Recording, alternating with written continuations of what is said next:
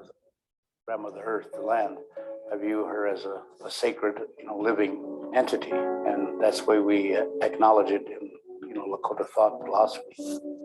As a Native person, I'm ready for any kind of confrontation that might come up, or I'm preparing myself to remind people of all those things that they forget about.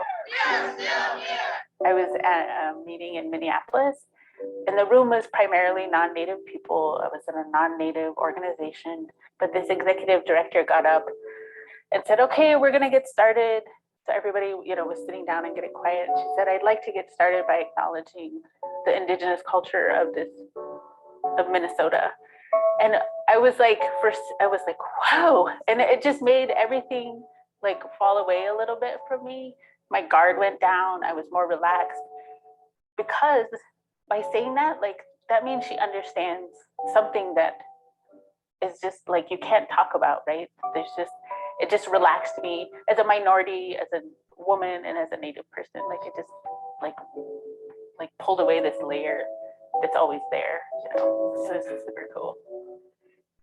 We're at a time where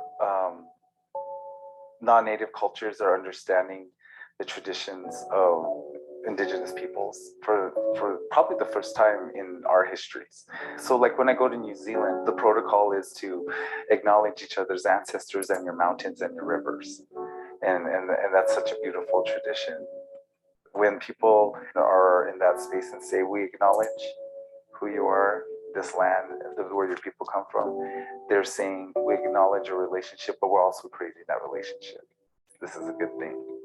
The important thing would be that folks would then sit with that. Like, what does it mean that our settlement is occupying this space? And what responsibility do I have considering that legacy to these contemporary things, right? And how do I stop distancing myself from that?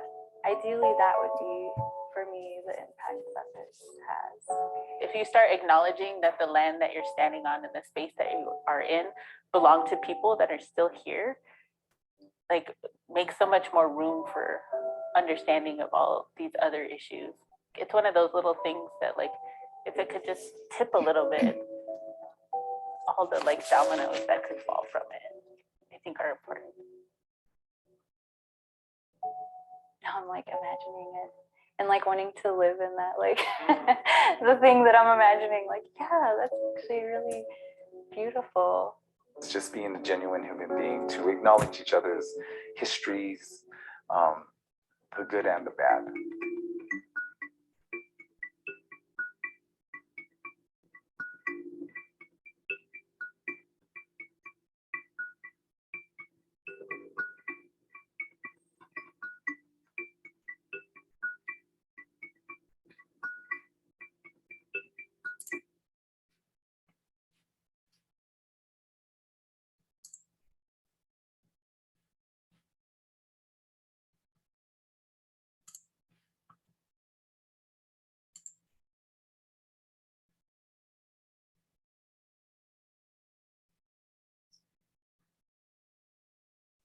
There. Sometimes I forget to unmute. Today, Dawn and I will be looking at how to manage challenge situations. As student navigators, you will come across situations that might be challenging, or people that might be really upset, and how maybe some of the things we share today and talk about today you will find helpful in working with students. The other thing is, afterwards we'll also look at self-care, because it's so important as you're helping others to make sure you're taking care of yourself.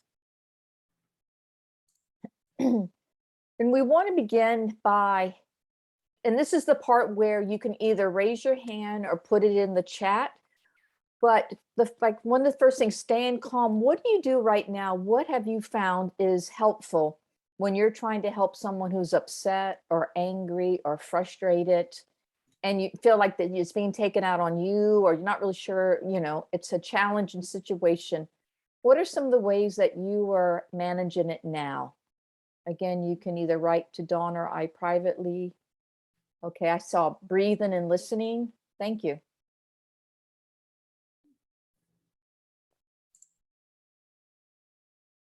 What else have people found helpful? I usually take a step back and like give this person like a little bit of space and let them just kind of calm themselves down first before I approach the situation again. Nice, yeah. Yeah. Yeah. Sometimes just being there, not saying anything. What else? Mostly trying to remain empathetic and understanding that it wouldn't be productive to also get upset. Yeah. Because, you know, when Dawn and I are talking, to remember to know, to use the skills you already have, and we're trying to do yes and. So we're trying to add things that you already know works. Being non-judgmental, patient.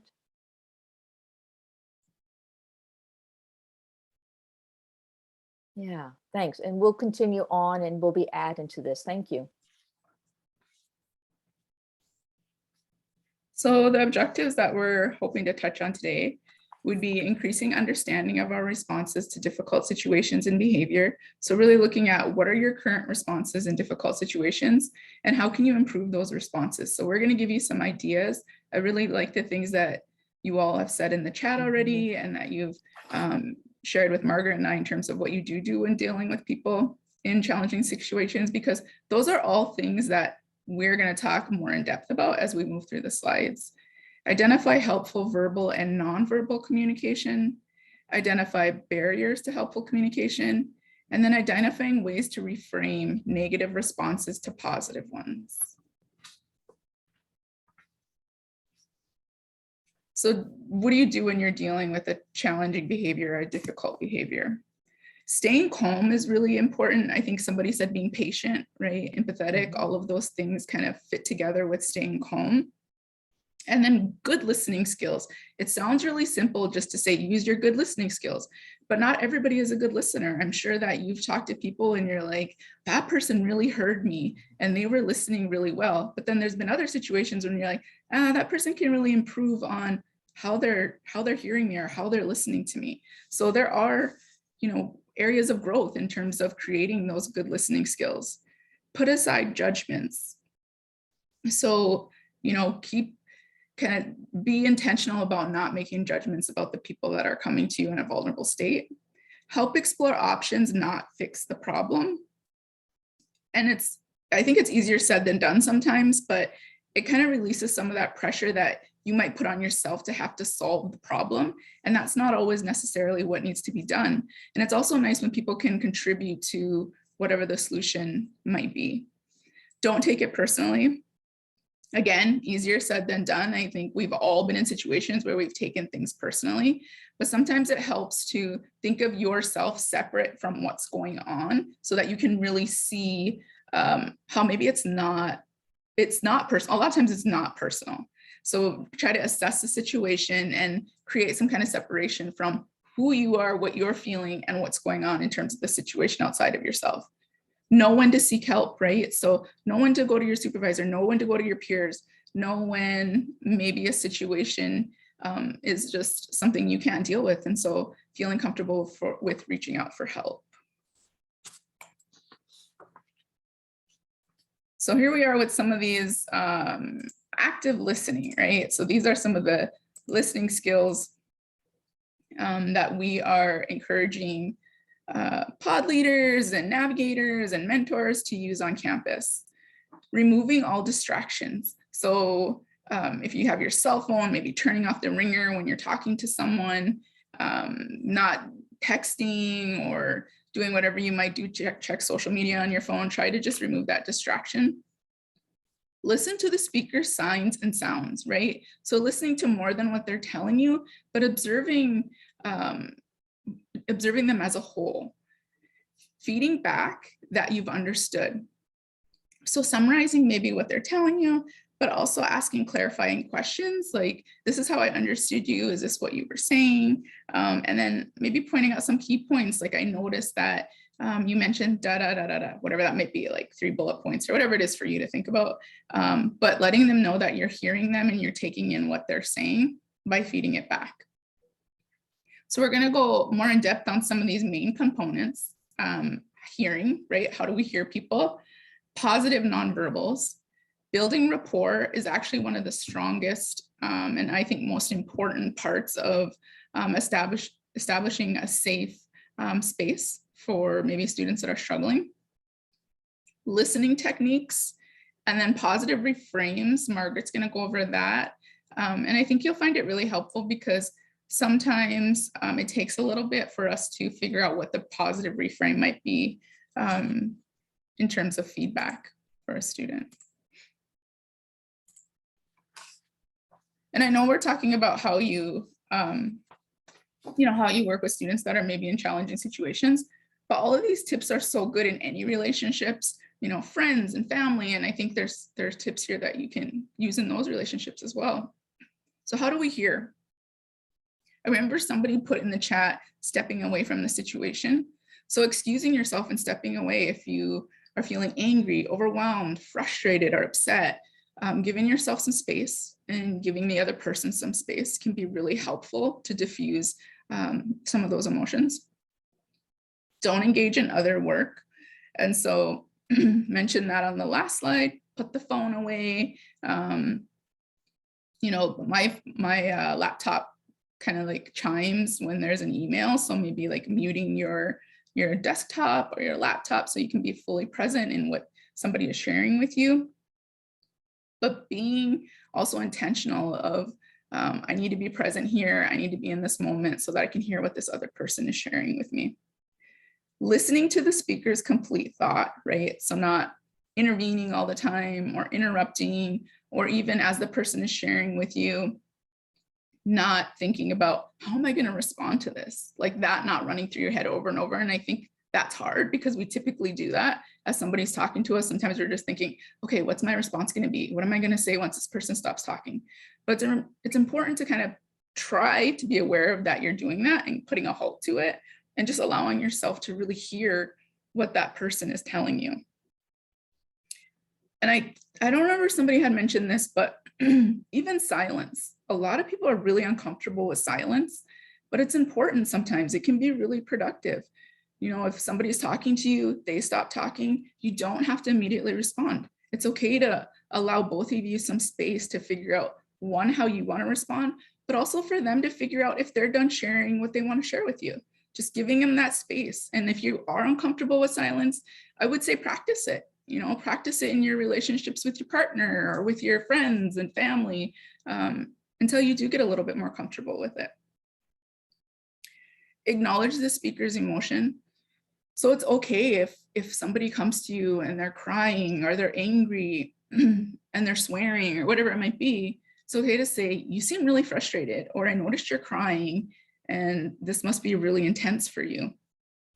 So, really recognizing their emotion beyond what they're saying. Defer judgment about the speaker. So to remember that person coming to you is probably pretty vulnerable. They're choosing to come to you and they're feeling, probably, like I said, vulnerable, right? And so it's important when those people come to you that you're not making an immediate judgment, that you are recognizing that this is this person in this moment, right? This person is struggling right now and this is how it's coming across. That doesn't mean this is this person all the time. The person comes to you upset, swearing, over frustrated. It's important that you're not making judgments on who they are just based on that moment. Before I go into the positive nonverbals, after listening to Dawn, if you could put in the chat or just say, how do you know someone's really listened to you? What do they do or say that makes you feel heard? Think about your own experiences.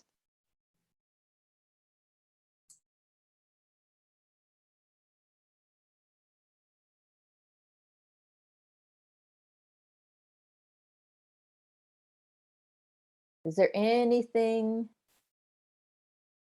when they nod or react to important parts of what I'm saying? Yeah. Yeah. When like their full attention is on me. Like sometimes when I'm talking to my friends, I know their like attention is on me when like they put their phone down and like screen is like down and stuff. Yeah. Yeah. One more and then I'll go on. What's one more way that you know if someone's listening or you're being heard? I want to say something like, if they have eye contact with you, Yep. like at all times, and not just getting like distracted by something around them. Yep. Thanks. Yeah. These are all things to kind of keep in mind, as far as the, when it comes to, for example, nonverbals, it's weird. This is our body language is the strongest part of our communication. It's first the body language is the strongest, then it's our tone, and then it's the words. The words themselves have the least amount of, the person reacts the least to, like, it's more of like the physical. So it's how to have appropriate facial expressions. And so, Margaret, could I chime in really quick? Yep. Just, I know somebody mentioned eye contact, right? And for Yep. some people, that is a really good way to show that you're listening. But for other people, it's not comfortable for them. And so it's important when you're communicating with others that you're mirroring, right? Like what they're doing. So if they seem to be trying to maintain eye contact with you, I think that's good. Then you kind of mirror what they're doing. But I have fidget toys in my office. And so a lot of times students are fidgeting with the fidget toys as they're talking to me, which can be helpful too. But they're coming to you in really stressful moments. And so eye contact might not always happen, but like I said, kind of follow their lead, what they're doing. Nice. And I'm glad you brought that up, Dawn, because I, for myself, I know that sometimes when I'm talking to people, when I'm thinking, I will look away and just it's kind of like I'm processing before I re-engage. And I've had students or people kind of look to see what I'm looking at, and I'm not looking at anything particular, but I know for me, for whatever reason, I look away when I'm trying to process. It's I do that too. so yeah, so it's not always, it doesn't have to be intense eye contact, but you can tell when somebody's engaged with you. Yep. And when the eye, or like you said, some cultures, the eye contact might not be expected or, in it. So the appropriate, the facial expressions, I think somebody wrote body language, right? Nonverbals is body language. Open arm, that your arms are open, not crossed. And we were doing another workshop and talking about nonverbals and saying how when you're doing Zoom, how it's even a little bit more challenging to have good nonverbal communication. I think when I started doing more Zoom earlier on, I think I leaned up a lot like this, and it's kind of like in your face. And it's like, okay, Margaret, no, you can't be, don't get so close to the screen.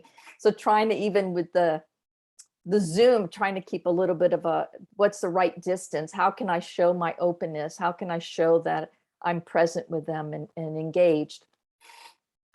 Again, the appropriate personal space, even on Zoom, how do you have that? And then in some cultures, their personal space is smaller, others it's bigger. And I really appreciate what you said, Dawn, the mirroring, just kind of really take your cues from the person you're working with.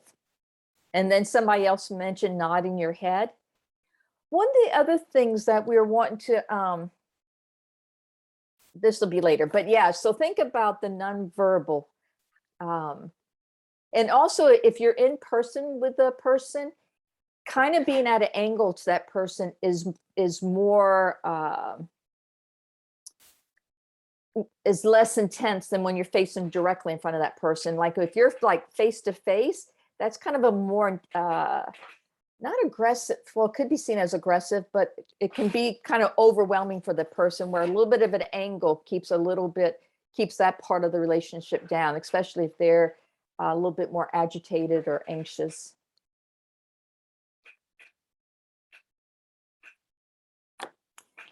And like Dawn said, building rapport.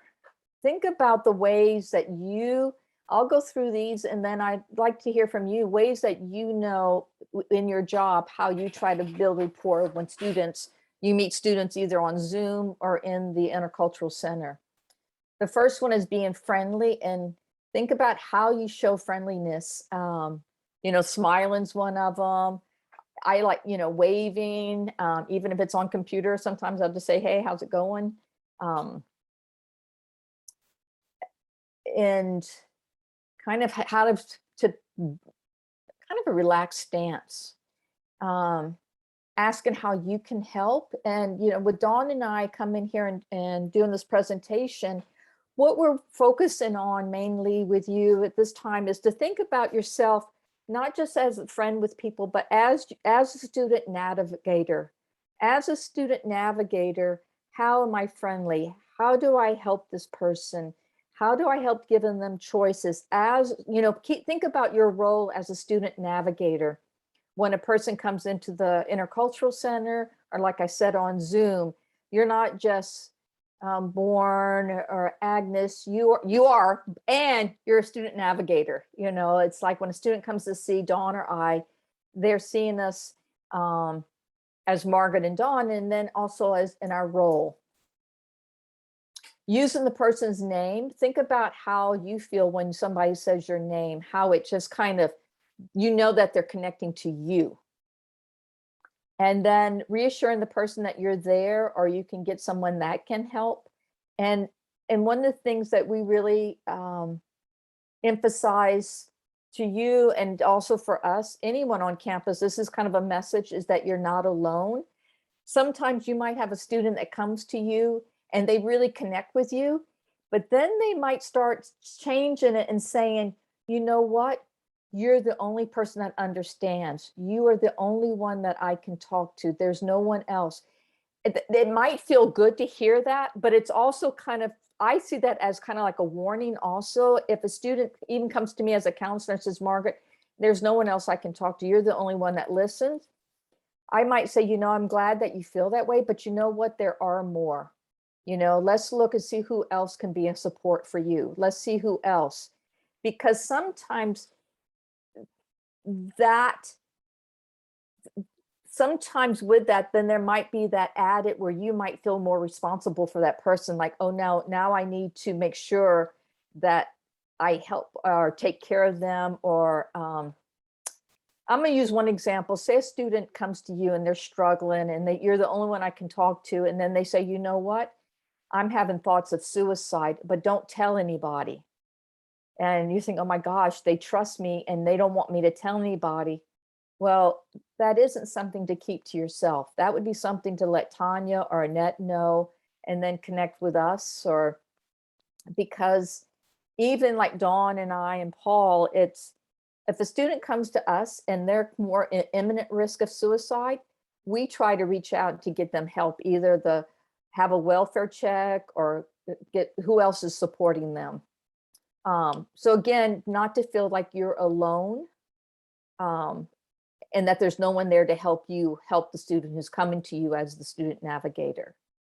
So I know I've kind of talked on, what are some things that that you do to help establish rapport already? When a student comes to the Intercultural Center or on a Zoom, what do you know that you are doing that helps? Or what have people done for you that made you feel like they were connecting with you?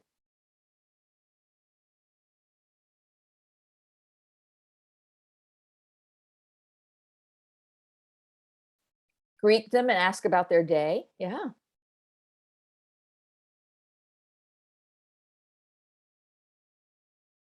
What else has kind of a way to connect? I think like recalling personal info that I shared and sharing their own experiences. Yeah. Looking at ways to connect. Mhm. And then one more, and then we'll go on to the next slide. What would be one other way to establish rapport?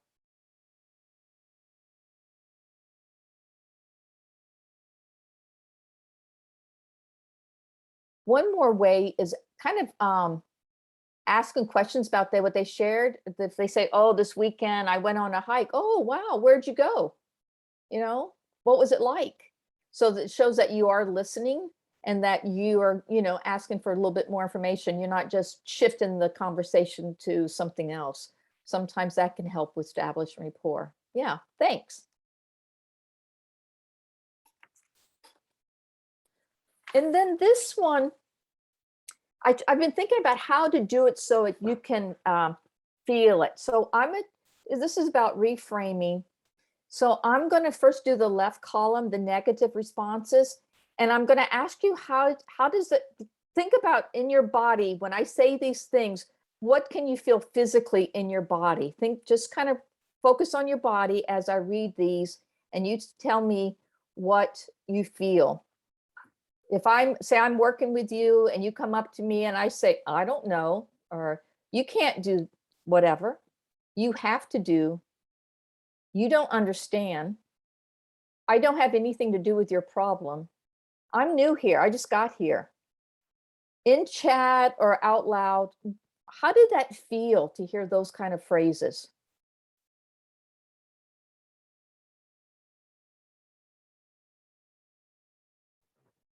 I think it kind of like stops you in your tracks. Yeah, Like very if you're nice. trying to go to somebody and they're like, oh no, you can't do that. And it's like, isn't that the whole reason I'm here in the first place? That I Yeah. can? Yeah, thanks. Because that is, it's like boom, and that person can feel that too. And then sometimes that can create more of somebody escalating. If they're hearing the no's or you can't. And now feel what, I'm gonna read the positive responses and tell me how this feels when you hear this. Let me find out for you. You can do. It would help if you. Let me clarify. Here's who I will contact, resolve your problem. Although I'm new, I'll get somebody to help you. Now, what did that feel like as you heard those statements? I feel acknowledged. Yeah. What else do you feel?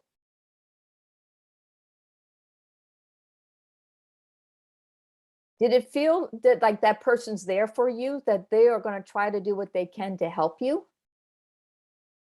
And so, I might not have the answer, but you know what? Let's find out who does. So it's kind of more like the negative responses are like shutting the door, where the positives are more the opening. Here, let me find out. You know what? I'll go ask so-and-so, they might know. You know what? I'm new here. I just started this job, but I know who to go to find out more. Or let me clarify a little bit more how the system works or how our program works. Or it would help if you added this thing to whatever you're doing. Again, it's more of that open and accessible, and I'm here to help or help you connect to where you need to go. So just kind of thinking more of that open. I think one of the examples that I think about as well is a lot of students come in and they're struggling with classes. And I'm sure you'll find that as navigators that they're really stressed out because they're not doing well in classes. So sometimes it helps if, they might say, I don't know what to do. And one of your responses might be, well, you can't withdraw. The date's done, it's passed, you can't withdraw, right? So then we're kind of on that negative response. But instead, with the positive response, you can say, you can contact your instructor, see where you're sitting grade-wise. Are they willing to give assignment extensions? Are they willing to offer extra credit? Give some options. Let's email registration, whatever it might be. But it is easy, I think, to give those negative responses and just put a stop to any further questions, and that might be more helpful.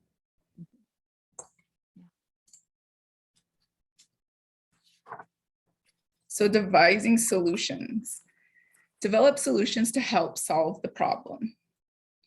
Sometimes there's an easy response to students' questions. Sometimes there's an easy way to offer up an immediate solution, but other times there's not. And so that's a time when you can really, have that rapport with the student and help them to feel engaged in coming up with some options and solutions, rather than you quickly just saying, okay, why don't you do this, right? Because not everything looks like that. Not everything is so black and white. So helping them with that gray area.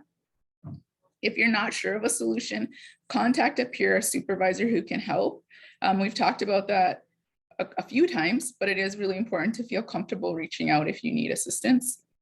Using positive language and reframes to present solutions. So Margaret went over some of those positive reframes. And so those are good ways to, using that language to let them know about some of the possible solutions and options.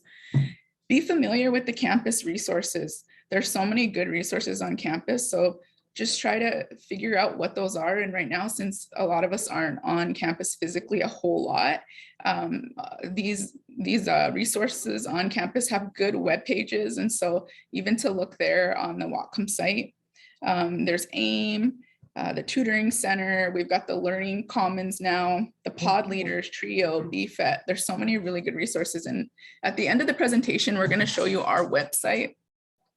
Just to give you an idea of another resource that you might want to share with students that you're working with, or you might want to look at yourselves. So yeah, and then the other thing I would say is what I do sometimes with students when they're hesitant to maybe find out more about AIM or hesitant to whatever it might be. You guys might see students that are hesitant to schedule a counseling appointment. Sometimes it helps to just say, hey, why don't we schedule it right now? And then have them on their laptop kind of get an email going, right? I've had students say, I want to contact an instructor, but I'm not sure how to word it. And we'll kind of work on it together. Let's just say your question and address the instructor together. And they just feel like they have some support behind that. So that can be helpful. I also do a lot of worst case, best case scenarios when we're looking at solutions, because I think in our heads, we can imagine the worst of the worst, right? But when we're able to talk it out with someone else, sometimes it doesn't seem as scary. And so kind of going over with them, I can give you an example. Again, a lot of times students are hesitant about contacting instructors, but saying, you know, you're asking for an extension, you're asking if extra credit is a possibility. What's the worst they could say? Well, they could say no. Okay, so that's not that awful, right? When you say it out loud, it's not that awful. Well, what's the best they could say? They could say, yes, we offer that. We do allow students to do that. So really looking at worst case and best case scenario together, and also looking at what's worked for you and what hasn't worked before. You know, what's been helpful for you, what hasn't been helpful, and kind of weighing those when you're coming up with solutions as well. And going to some of those websites with them. I don't know if you're Zooming with students, but if you are, you can always say, hey, let's look at the counseling website. Let's look at the AIM website, whatever it might be, and just looking at it together and sharing the screen. That's helpful as well. So they're still not calming down. What do you do then, right? Step away from the conflict. Excuse yourself to try and look into the situation to give the individual time. So it might be, you know, you might feel your emotions are getting a little bit more intensified. Maybe it's just them kind of displaying more intense emotions. It's always nice to be able to say, you know, I'm going to grab a cup of water. Did you want a water as well? I'm just going to step out for a couple seconds, give you a little bit of time to take some, you know, a couple breaths or whatever it might be. That's okay to step away for a few seconds, a few minutes. Physically move the conflict to a different, less public location, but not isolated, right? So if there is, if you are with a student and they're struggling, and I know the IC room is kind of all open, but being able to say like, hey, why don't we stop? Why don't we go to the end of the hallway over here? Or why don't we use this little conference room space? Just you and I can visit in there, but not isolating, right? So maybe telling Tanya, hey, we're gonna go to the end of the hallway, or whatever it is, that feels more comfortable for the both of you. Contact a peer or supervisor to assist with the situation. Being non-judgmental, prime the individual on the basics of the situation. So again, we've talked about contacting a peer or supervisor, but the added piece to this last statement is being non-judgmental, prime the individual on the basics of the situation, right? So say you're dealing with a difficult situation with a student. You need a little bit of assistance. You go to Tanya or Annette and you say, hey, I'm dealing with a student, they're really struggling with passing their classes. That might be all you need to tell them, right? That's the basics of the situation. You don't want them to have any preconceived judgment, right? You don't want to make this person into some difficult, you know, this person is swearing, this person's this, and I feel this about that and this and that. It's not unnecessary. Just a basics of the situation, so that when Tanya, Annette, maybe one of your peers steps in, they don't already have judgment of this person and aren't coming in maybe with their armor on, right? You're letting them assess the situation on their own based off of your basic information.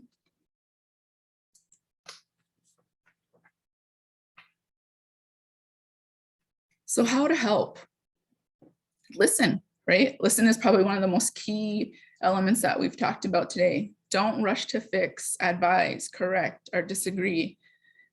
Refrain from judging, seek to understand. Really listen. If you're listening, it's more likely that you're going to come from a place of understanding than a place of judgment. If you're truly listening to what they're saying and being intentional about that, right? I'm here to listen to that person. I want to be present. I want to do what I need to do to make sure that they feel like they're in a safe space. Empathize. Reflect what's being heard and what it would be like to be in their situation. Somebody mentioned that, I think in the chat, or maybe raised their hand and mentioned it, but yeah, say, you know, I've been through that too. I know what that's like. And I think it really helps people to not feel so alone when you're able to say, yeah, that really sucks. I've experienced the same exact thing. It makes them feel that you're sharing, you know, what's going on with them and you really understand where they're coming from. Normalize. So refer to the normal needs everyone has during stressful times. Let them know it's completely normal to talk about your well-being. There's nothing wrong with it. It's so important. And I think that's one of the things we're trying to do as counselors on campus is really to normalize talking about well-being and mental health and what that includes. Validate, so acknowledge the individuals in a difficult situation and don't minimize their concerns, right? So really just letting them know, yeah, this is a really tough situation. I can see how you're so frustrated. So really validating what they're sharing with you. And then the other thing I want to point out, and it's not on here, but for a lot of students, especially students of color on campuses, there's a higher rate of feeling isolated and difficulty feeling that sense of belonging. So really approaching students that are coming to you from that standpoint, that I know sometimes it can be hard for this population of students to feel heard, to feel like they belong, to not feel isolated. And this is an opportunity for you to kind of pull people in to let them know that they're not alone. Are there things maybe that you guys have done to help others, family, friends, other students, your peers, that maybe we didn't address on this slide that you would want to share either in the chat or just yell it out?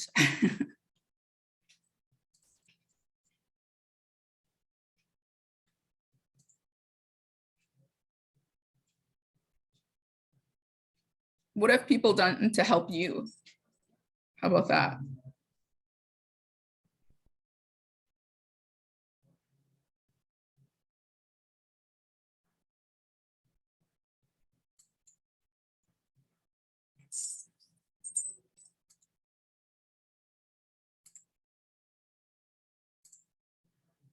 Well, if you guys come up with something, just put it in the chat, or like I said, feel free to just speak up. So I'm going to show a quick video here. It's only about 2.5 minutes. It's from a group called Active Minds. Active Minds are students who advocate for mental health awareness. There are Active Minds groups on different universities and different college campuses. It's student ran. And like I said, they just come together to make mental health more, develop an awareness within campuses. So this is a video that they put together, and I'm going to share it with you, and hopefully you guys can offer up some feedback on what you see in here.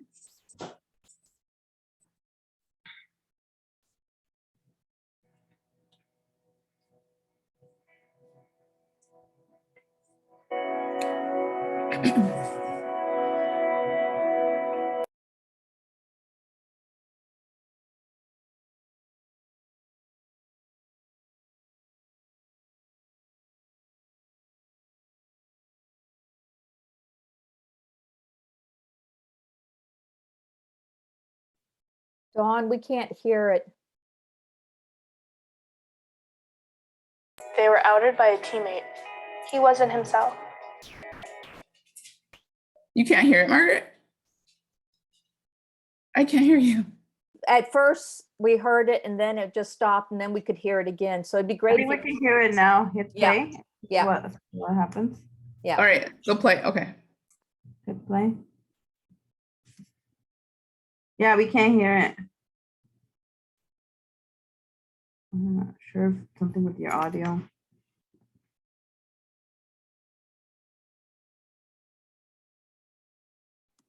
If you send me the link, I can try to see if I can share it. Do you think it's well, that you're muted? Would that be a reason? No, A Dawn? ver. Dawn, unmute yourself. Okay, let's see. Tell me if you hear it. Okay, thank you.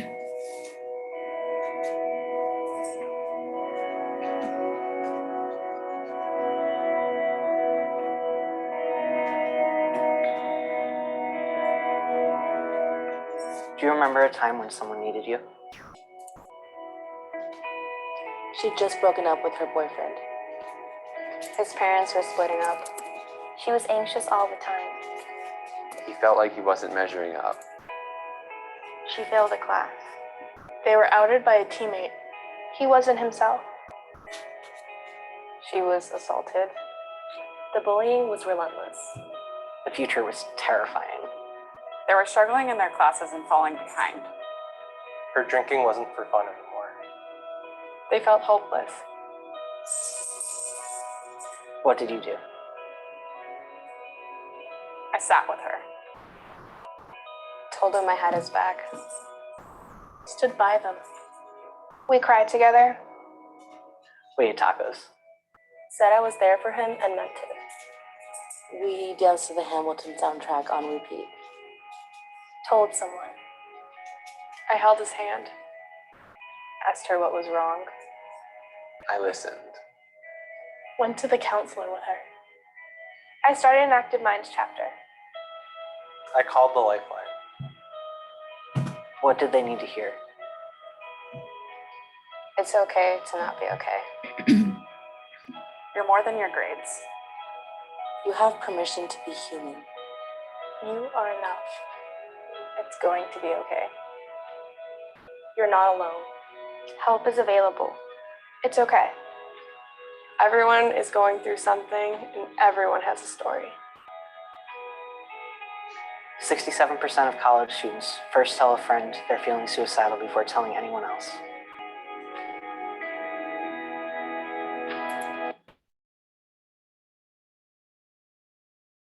So I really wanted to show that video because I think it addresses a lot of the things that Margaret and I have talked about the first half of our presentation.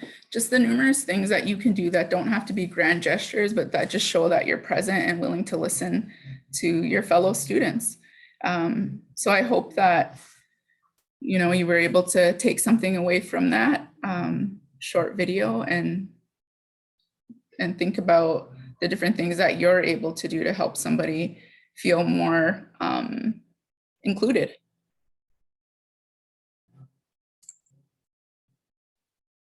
Yeah. And just in summary, excuse me. And then when I finish doing the summary, I'm going to ask before we move on to the self-help, something that you took away from our first part of this presentation. So to begin with, you can't control the behavior of others. You can control your own behavior and manage the situation as best as possible. So again, it's you're there for that person, and how do you continue to stay calm?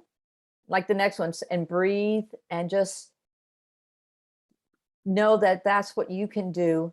And then if their behavior continues to be really bad or not knowing how to help them, then that's calling someone else. Staying calm and breathing. Be aware of your body language and the tone of your voice. Again, those are the two biggest things, not what actually you say, but is your tone calm? One of the things years ago, I remember learning slow and low, or low and slow. It's like when somebody's really agitated, if you start getting agitated and getting loud like this with them, it escalates. But as they're escalating, if you can talk a little bit more softly and a little bit slower, then that can help kind of bring it down. So I've always kind of kept in mind the idea of just lowering my voice and slowing down a little bit. Sometimes no matter what you say or do, the other person isn't going to be happy. And sometimes that happens. Sometimes, and it's, say, for example, I think like Dawn brought up, say something's happened, and this is just an example. Say a person wants to drop a class, but they want their money back, but the date for the 100% refund has passed. And if they're told, no, now it's only 40%, they're going to be upset. So that's just an example. There could be other things, but that sometimes people hear hard stuff and they're not going to be happy. And again, the options, and that you're not expected to fix it. Hey, this is what I'm aware of that's available to you. These are the things and kind of the ideas, but to know that that's up to that person to take action, how they see best for themselves, or whatever they decide. And that's one of the things, like even in counseling, we might have ideas and things, and suggestions and helping problem solve, but we know that the student goes and makes their decision. It's their decision to what they do. And then the last, again, is take care of yourself. And that's what we're going to be looking at next, is how do you take care of yourself? So before we move on, if you could write or say one takeaway that you learned or strengthened from our first part of the presentation, what would be one takeaway? Either write it in the chat or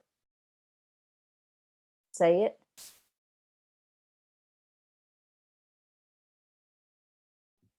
I learned a bit more on how to control my own behavior, because usually, like, I focus on their behavior, and so that really like can throw me off as well. So I learned like new tips just to kind of like control myself first before I try to help out the other person. Yeah, thanks. Yeah. One says, I think one takeaway for me is that I now know that silence is okay and can be needed sometimes. Yeah.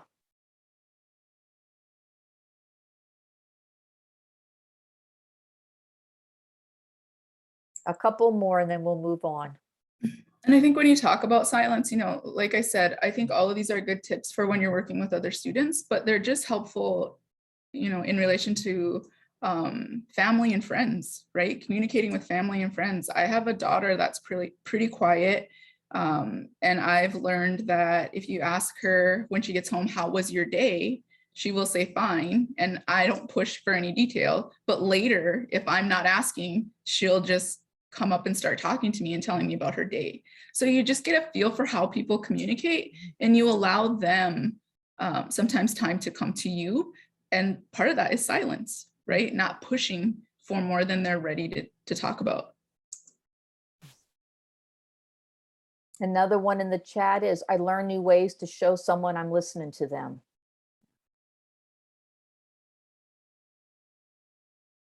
Now we get to talk about self-care. So, thanks. Thank you for the responses. Yeah. So we're going to talk about self-care. Seems like a term that is thrown around left and right? Self-care, self-care. But what is it? What does it look like for you? That's what we're going to try to look at in this next part of the presentation. So what is self-care? It's the practice of activities that are necessary to sustain life and health, normally initiated and carried out by the individual for him or herself. So if you notice, the word necessary is bold, because I think a lot of people don't prioritize it. It's usually at the bottom, right? If I have time, I'll do something for myself. But it's really necessary. It's necessary to make it a consistent part of your life. So the next slide says, well, what self-care is not, right? We know what it is. What is it not? It's not about adding more to your to-do list. It can be about identifying your essential needs and then prioritizing them. And I don't know how the rest of you are or how you schedule things or your routines, but for me, I forever have an ongoing to-do list, right? And I for sure have put on the list, read a book or do something. And then it seems like, oh, I didn't get to that part of my to-do list. but really incorporate it into your daily life. So it's not just an added burden of, I said I was going to do this and then I didn't do it. Make it something that you do for yourself consistently. It's not about an emergency response plan when stress becomes overwhelming and you are close to burnout. It's about creating behaviors or healthy habits that you can do to nurture yourself on a consistent basis. So I'm definitely guilty of that. And I think a lot of people are, where self-care is part of your emergency response plan, right? So I've had a really tough week, so I'm just going to take a really long bath.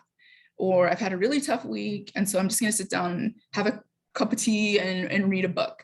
But it's because I'm so overly stressed. So now I'm putting my emergency plan into effect, when really it shouldn't be you doing something for yourself that's good, just out of I'm overwhelmed, exhausted, and now I need to, tap into that emergency plan. So regular walks, bike rides, running, eating well, meditating, yoga, even just like 10 minutes of silence in the morning. It doesn't have to be anything huge. It can be little things that you're doing on a consistent basis that don't seem like just another thing you have to do. Being selfish.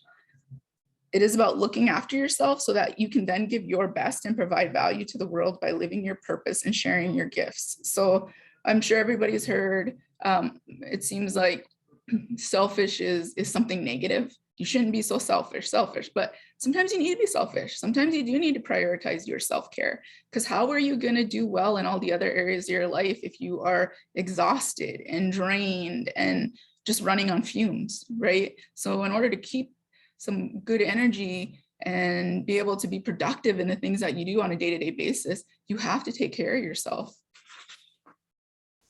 So would you guys be willing to put something in the chat or maybe share with us something you do for self-care?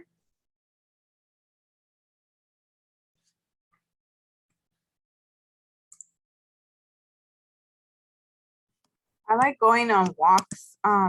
We have a pet and we like to take him on walks. Yeah. Either in the evening or in the morning. One of the things my husband and I do if we have like a really stressful week is try to find a new restaurant to try on Friday or Saturday. And if we're just feeling really drained and we're like, we just don't have the energy to cook dinner, this is a treat. This is a treat for us that we don't have to do this. And so it's self-care. For us, it's self-care. It's like, oh, I get more time to just kind of relax. And yeah, so finding out what it is. But yeah, Zumba, like physical activities are great. And walking, like Tanya said, getting some of that energy out, stressful tension out of the way. Oh,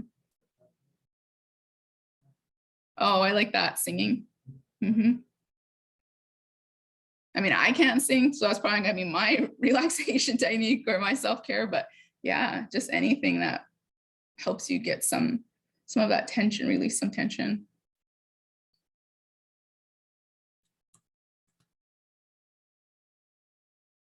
Yeah, reading and music, for sure.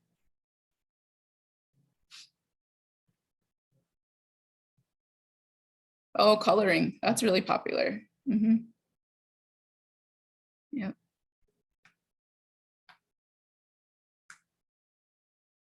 Walking with the sunset. I know we moved to this area about 2 years ago and there are some beautiful sunsets here. So that's very relaxing.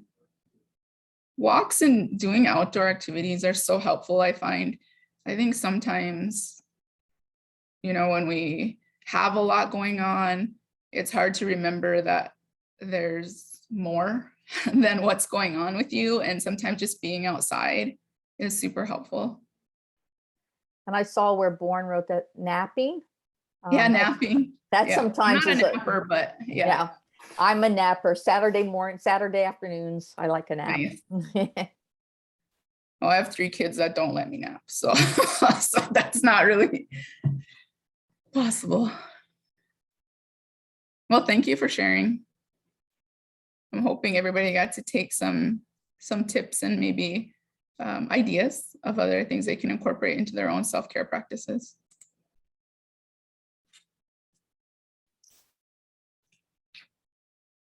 And so when we're talking, Dawn and I talking about self-care, sometimes people kind of just think, oh, I'll just take care of myself by walking, but really the wheel has like 6 different ones. I believe, I can't really, there's one that we're not going to focus maybe on the professional, but these are the ones that we'll focus on today are the physical. How do you take care of yourself physically?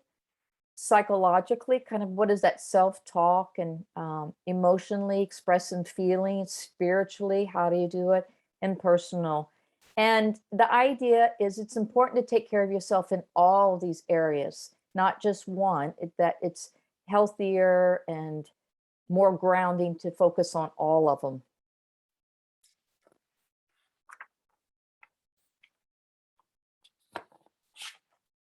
The first one, the physical care, and this is a couple, I heard that, you know, several of you said exercising, like hiking, walking, taking your dog for a walk. So finding an exercise that you do, and sometimes people don't like the word exercise. So you might say, I'm just going to go for a walk, or I'm going to go for a hike. If the word exercise kind of shuts the door, thinking, what do I like to do active wise? Biking, the gym at the school is open now. So you've got the treadmills in there. You've got the walking, the lap, the lap track upstairs. I think you could probably, the basketballs, whatever, just to kind of move. The first one, eating nourishing foods, is the idea of, I like the one idea is like eating the rainbow, and the idea of different kinds of fruits, different kinds of vegetables. And then if you can, like, not trying to eat as much non-processed foods. Sometimes people say when you go to the grocery store, if you could kind of really kind of follow the outline of it, like when you go, I'm gonna use Fred Meyer. There's the fruits and the vegetables, and then you go to the back and there's the meats and the fish, and then your eggs and your cheeses and milks. And then more in the middle are your processed, which you'll need some too, like rice or beans and things. But if you can kind of, when it comes to eating nourishing, the more unprocessed. And sometimes if you need help with knowing how to cook something, there's so many different recipes online. You know, what can I do with these ingredients? How to keep it simple. And then getting enough sleep. And that's kind of each individual. They usually say 7, 8 hours, but it is more of an individual. I would encourage, if you can, is to turn your phone off at night when you're going to sleep, or somehow where it's not disrupting your sleep. Or if there's a way not to look at your phone in the middle of the night. How do you get restful sleep? And then taking a bath. A good hot shower, a hot bath can be really soothing to your body. So again, that physical self-care. And then the psychological self-care. Again, these are all different things for resiliency. And some of these y'all are already doing, like reading a book. You're already, you know, you're in school, you're learning. Self-reflection, if you're into journaling. Therapy, you know, if you're talking to someone or really connecting with friends. Practicing mindfulness, like Dawn mentioned, just even taking 10 minutes of just quiet time. Or sometimes it can be just 2 minutes of focusing on your breath. The digital detox is what would be helpful to you? Is it like not looking at the news on the weekends or after 6 o'clock or 8 o'clock? Is it not doing social media, taking a break from social media? I forgot something recently I was looking at. I don't know if it was Instagram or Facebook, saying how it can really negatively impact people's self-image. Because sometimes we can get into really comparing to ourselves to others. So how do you take a break from those kind of things? And learning new skills, you know, enjoying your kind of hobbies.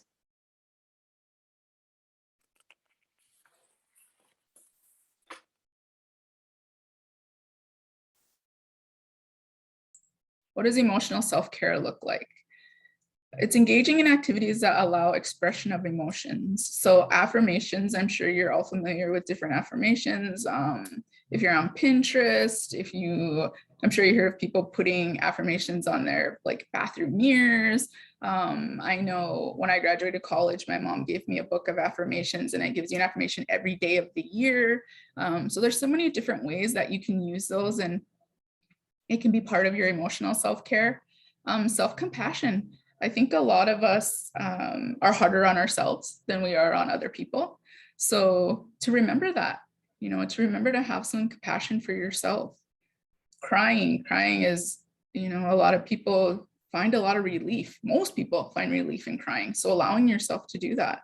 Laughing.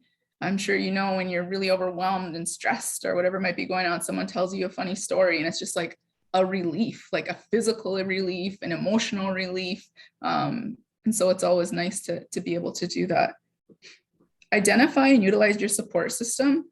So kind of start looking at, what does my support network look like? Who would I go to if I was really struggling? Who can I go to if I need a good laugh? Or who do I feel safe around crying? And I noticed somebody put in the chat, when talking to my friend, I know they're listening, when they let me just kind of spill my anger or something like that. And so know who those people are, who's going to listen to you, who's going to cry with you, who's going to laugh with you, looking at your support network. Cuddling with your pet. Tanya mentioned taking her pet for a walk, but also cuddling with your pet. I have a one-eyed Shih Tzu, and so cuddling with your pet can definitely be therapeutic. Monitor and regulate emotions by journaling, right? So just creating like a bullet journal or something where maybe you write down how you're feeling on any given day. There's so many different types of journaling. There's gratitude journals. It doesn't have to be time consuming. I know I've brought it up to a lot of clients and students and said, why don't you try journaling? And right away, it's like, I don't have time for that. That's a lot. I don't know what to write. I don't even know where to start. The cool thing is now you can even Google journal prompts, and those can help you come up with some things to write about. A lot of my students, I give them a handout on mood diary. And so they just put down what mood they're feeling, the intensity that it is from 0 to 100. And then what was going on, like what triggered that emotion, and that can be your journal, so there's a lot of different ways that you can do that. So you can help kind of regulate some of those emotions and find out, oh, okay, that's what's triggering that. Oh, that helped me last week when I was feeling this way. So kind of tracking what's going on can be helpful for some people. And then spiritual self-care. So Margaret and I teach a class on anxiety management. She teaches in the winter and I teach in the spring. And we always, as part of that, students do weekly journals or weekly logs, right, of what's gone on for them in the week, but they have to touch on all of these areas of wellness. When students see spiritual self-care, a lot of times what I hear is, I'm not religious. Like, I don't know how to even respond to this. So it's really important that you remember you don't have to be religious to be taking care of yourself spiritually. It's just activities that really fuel your body and soul. So engaging in reflective practices like meditation, maybe prayer, fostering self-forgiveness, that can be really difficult for a lot of people. Cultural ceremonies, reading religious texts like the Bible or whatever it might be for you. If some of those feed your body and feed your soul, then by all means, try to address that area. And then personal self-care. So that's engaging in activities that help you to learn about yourself more as a person, right? So I'm sure you've seen these vision boards. So making a vision board, sometimes people find those really helpful. Relax, spending time with family can kind of go either way. Might be relaxing, maybe not so much. So figure out what it is for you.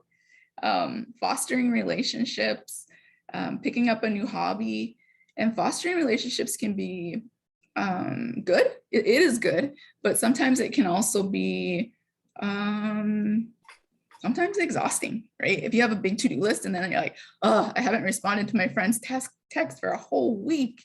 But having an awareness that it is important to foster those relationships.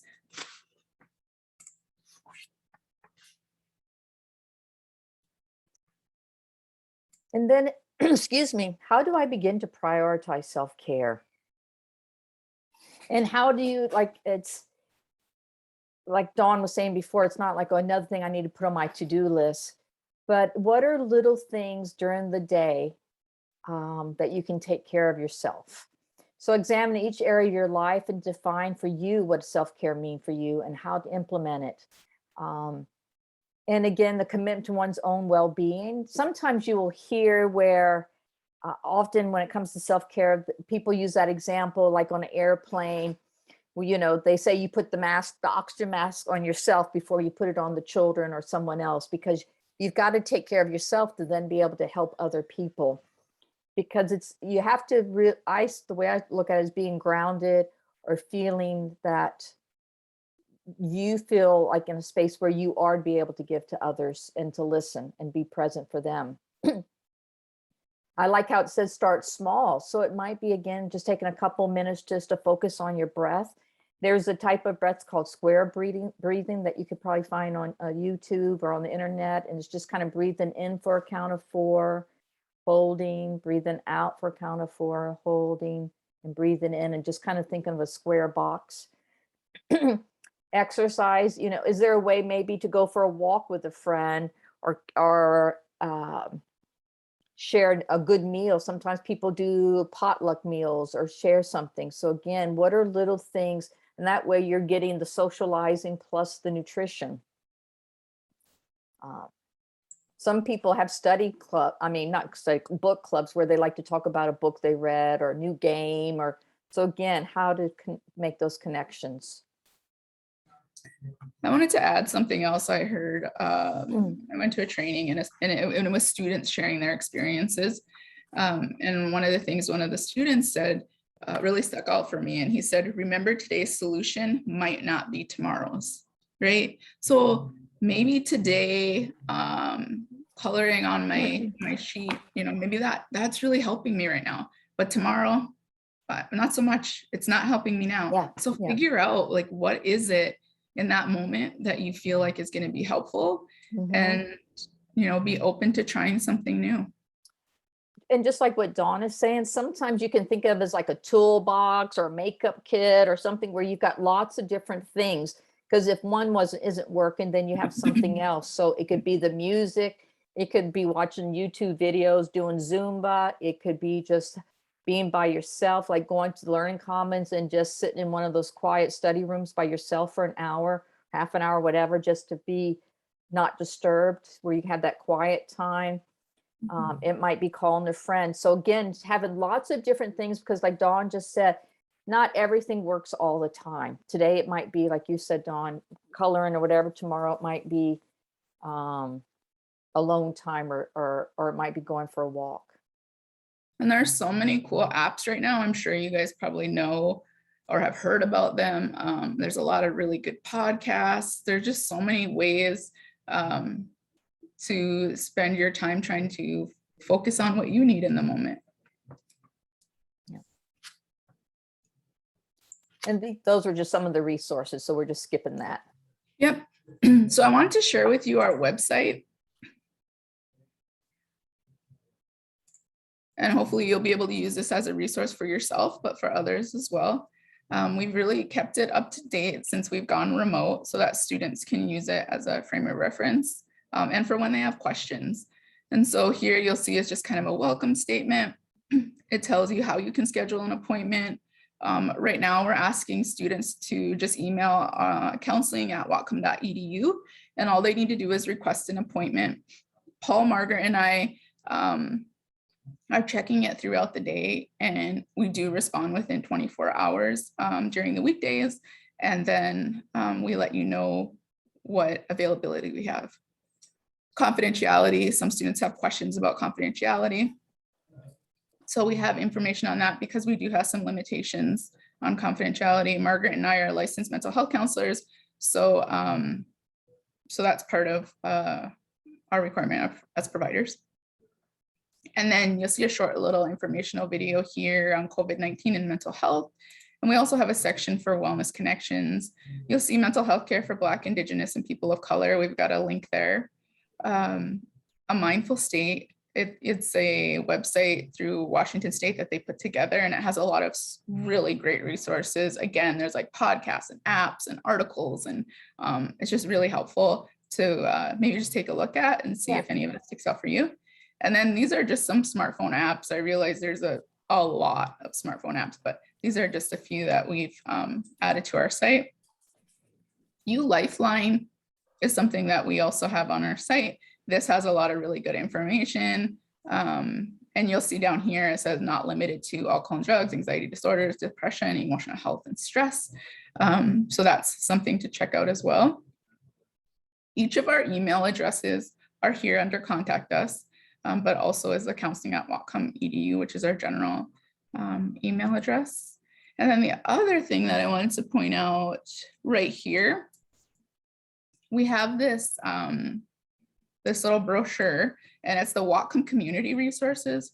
And so if you click here, you're going to see them in all different areas. So like family and youth services, financial, food, nutrition. So this is really helpful, whether you're looking for something in the community or if you're trying to help a student identify some kind of resource in the community to pass this on as well.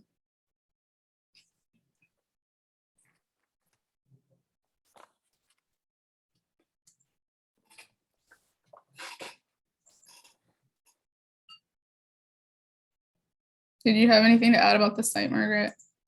No, I, like you, I really like the mind, that one that you told them about it, but yeah, nope.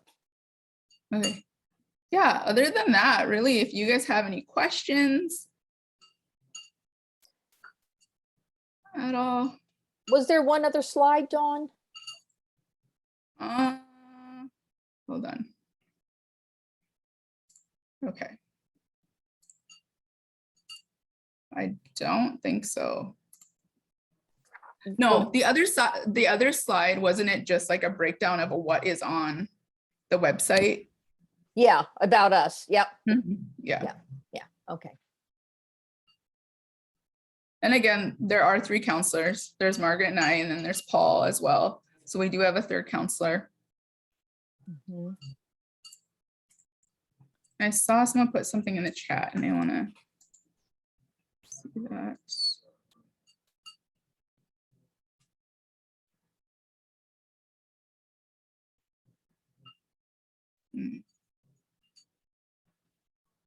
Yeah, I saw what Agnes had written about social media. I really appreciate you writing that, Agnes, about it being curated and that nothing is really how it truly is. Yeah. So do you guys, are there any like apps or podcasts or anything that you're finding helpful right now? I mean, it doesn't have to be in terms of mental health, just in general. Is there anything that's kind of sticking out for you guys?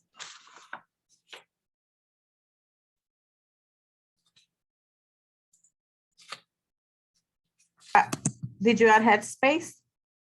Oh, Headspace. Yep, that's a good one. That's a good one. And I think right now, I saw it back, I don't know, a couple months back in Netflix too. They added it to Netflix, like a short series. Yeah. I think one of the things I want to make sure that you all know is that our services are part of student fees. And so there's no additional cost if you're referring students or if you're coming in yourself. Students do have to be currently enrolled. So that's just another key point when you're thinking of coming in or sending somebody else our way. And then we also do referrals if more long-term intensive counseling is needed. We can help with that. Yeah. And one of the reasons Dawn and I and Paul too like to get out and meet the student navigators, the pod leaders, is because when students come to y'all, then you can tell them, oh, you know, I've met Margaret and Dawn and Paul, I've heard their presentation, or, hey, you know, I can refer them to you, refer you to them. It's another way of just kind of you becoming more familiar with us, so that when you do get students and that they have a lot, they have things going on where you think, or they think they could benefit from counseling, then hopefully it makes the referral a little bit easier to help them get connected. You can even show them, like Dawn was saying, the web page and say, hey, look, here's their email address. Just send them an email And we work Monday through Friday, pretty much 8 to 4 or 5. In the evenings and weekends, we don't, and we don't respond to emails in the evening or the weekends. But during the week, we pretty much are going to respond to a student within, I'd say 24 hours, if not that day, the next day. And if not, then something went amiss. But I say right now, we're really good about responding.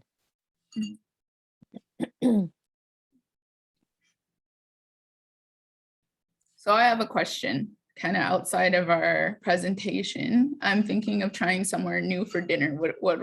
What's out there? Like I said, we've only been around a couple years in the area, and so we're trying to figure out what are some good places that we're missing. Anybody have any suggestions?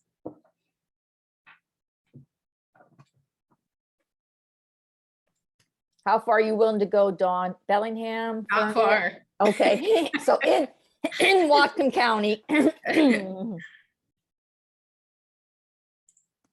What's your favorite food?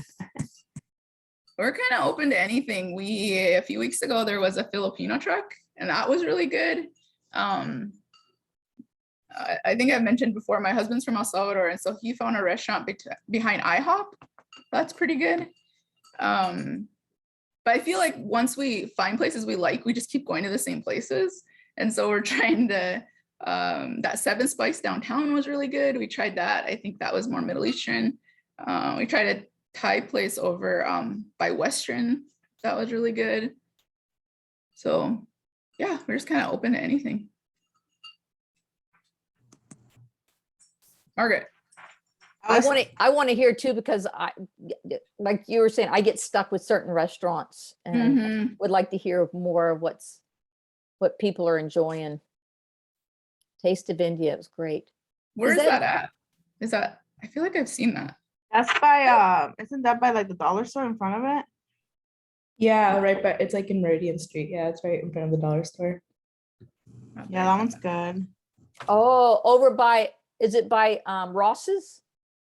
Ross and the other store. Yeah, Marshall's, I think. Yeah. Oh, Okay. yeah. Okay, I do know where that's at. Okay. Brian, if you want to stop recording, we're good. Oh, okay. Say it to the cloud, please. I was gonna say there is a spot in